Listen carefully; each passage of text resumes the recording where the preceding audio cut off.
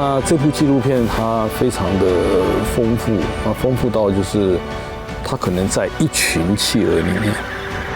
很大一群。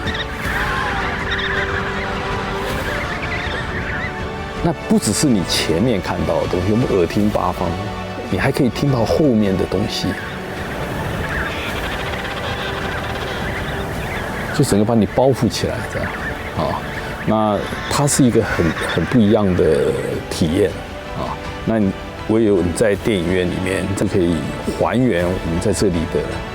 制作人想要表达的东西，你就可以听得到，然后你可以很准确的跟这部电影制作人沟通，他想要给你听这个是一个很澎湃的东西，你就可以真的感受到那个东西。这样5.1声道还有一个好处就是，当物体在移动的时候呢，这声音是因为有很多喇叭在你的四周围，这声音是可以跟着物体移动。那你可以从左到右啊，从右到环到后环啊，到右后方到左后方，你可以有一个这种移动的那种方位的那种辨识，这样子。那这些都是电影院可以表现得出来的特别的地方，这样。